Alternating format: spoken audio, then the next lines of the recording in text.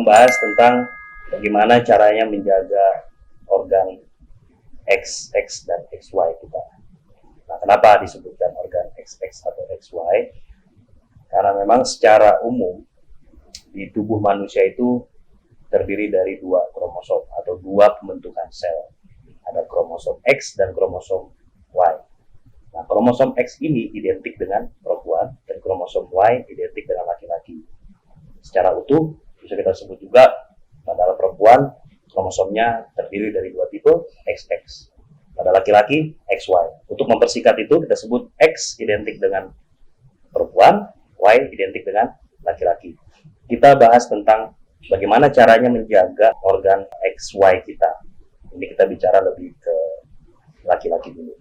Oke, pada dasarnya kesehatan organ Y itu atau XY itu, kita sebut Y saja lah supaya lebih singkat.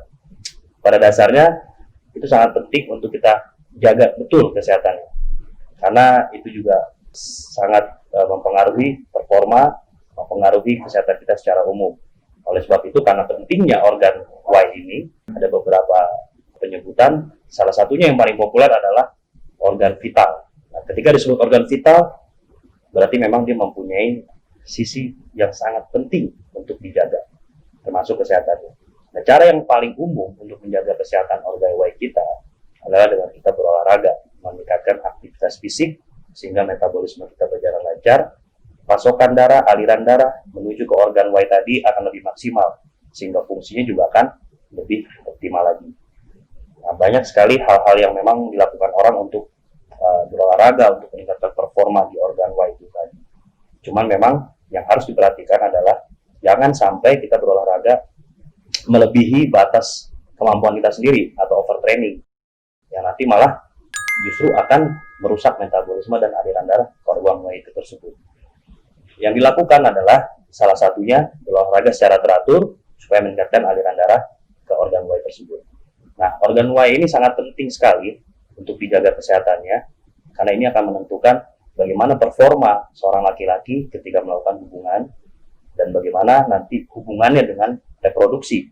Kesehatan organ Y tadi akan menentukan bagaimana sehatnya fungsi organ tersebut untuk menghasilkan turunan atau reproduksi dan performa hubungan dengan pasangannya. Olahraga memang sangat penting untuk meningkatkan aliran darah ke organ Y. Tapi harus diperhatikan, setelah kita berolahraga, tentu akan banyak keringat di sekitar area organ Y tadi. Karena kelenjar keringat di sekitar area organ Y tadi sangat banyak. Yang perlu kita lakukan adalah kita bersihkan. Kita mandi, atau minimal ketika mungkin sudah terlalu malam, tidak memungkinkan kita untuk mandi, kita minimal kita bersihkan dengan sabun, kita lap kering. Karena kebersihan area di sekitar, apabila tidak bisa kita bersihkan, dia akan muncul jamur, radangan kulit, yang lain-lain, dan juga bisa mengganggu keharmonisan pada saat melakukan hubungan. Organ Y yang kotor, dia akan berbau dan tentu membuat hubungan menjadi tidak nyaman. Setiap manusia mempunyai bentuk dan organ yang sama, begitu pula dengan organ Y dengan organ X tadi. Antara organ X1 dengan organ X yang lain tentu memiliki bentuk yang sama, begitu pula dengan organ Y. Nah, yang selalu menjadi topik hangat yang dibicarakan, terutama untuk organ Y, adalah mengenai ukuran. Kalau bentuk, saya rasa hampir semuanya sama, tidak ada perbedaan juga di situ secara signifikan. Nah, ukuran memang kita tahu bahwa tiap ras manusia di dunia ini berbeda-beda. Tentu juga ukuran organ Y-nya mengikuti jenis ras yang ada pada diri orang tersebut. Berbeda antara orang Asia, ras Asia dengan ras Afrika, kemudian ras Kaukasia, Hispanik, itu semua berbeda. Tapi yang paling penting bukan di masalah ukuran itu sendiri. Yang paling penting adalah fungsi. Fungsi organ Y ketika dia maksimal tentu akan memberikan pengaruh yang luar biasa pada saat berhubungan. Sedangkan ukuran memang menjadi satu mitos yang memang sekarang dari dulu bahkan sering dibahas, tapi nanti akan kita bahas lebih lanjut masalah mitos ukuran ini seperti apa dan dampaknya. Yang intinya yang harus dipahami adalah ukuran bukan segalanya, tetapi fungsi itu menjadi yang utama. Bentuk organ Y antara satu orang dengan orang yang lain secara morfologi anatomi Secara bentuk, secara umum memang relatif sama, tapi tentu ada perbedaan. Ada perbedaan dari sisi bentuk secara spesifiknya ya, seperti ada yang ukuran diameter yang lebih besar, kemudian ada yang panjangnya juga lebih, kepalanya juga lebih besar, seperti itu.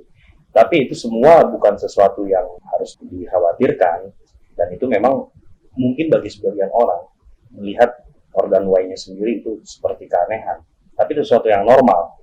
Artinya jika kita merasa tidak ada yang aneh dengan apa yang kita miliki, itu justru akan menjadi sangat aneh. Dan semua itu organ Y itu tadi, bentuk-bentuknya itu semua ketika dia mempunyai variasi-variasi, itu memang mengikuti dari genetik orangnya. Dan itu adalah pemberian yang memang harus kita syukuri. Dan kita tidak bisa membandingkan itu antara satu orang dengan orang yang lain, organ Y-nya seperti apa. Keanehan pada organ Y kita bukan keanehan dari sisi bentuk atau ukuran, tapi keanehan itu akan muncul ketika terjadi kekurangan fungsi atau kegagalan fungsi organ Y kita sebagaimana seharusnya. Yang tidak semua orang memahami adalah bagaimana cara mengetahuinya. Bagaimana kita bisa tahu organ Y kita berfungsi secara normal atau ada kegagalan fungsi atau kekurangan fungsi. Banyak sekali mitos-mitos untuk informasi-informasi yang beredar yang mengarahkan harus begini, harus begini, harus begini, yang kadang-kadang akurasinya belum tentu tepat, dan justru bukan malah memperbaiki permasalahan yang ada, justru menambah masalah yang sudah kita punya. Jika kita merasa ada kekurangan fungsi dari organ Y kita, satu yang paling penting adalah konsultasikan kepada dokter yang memang berkompeten untuk menangani hal tersebut. Bagaimana kita bisa tahu organ Y kita berfungsi secara normal atau ada kegagalan fungsi atau kekurangan fungsi. Ini akan kita bahas di episode berikutnya.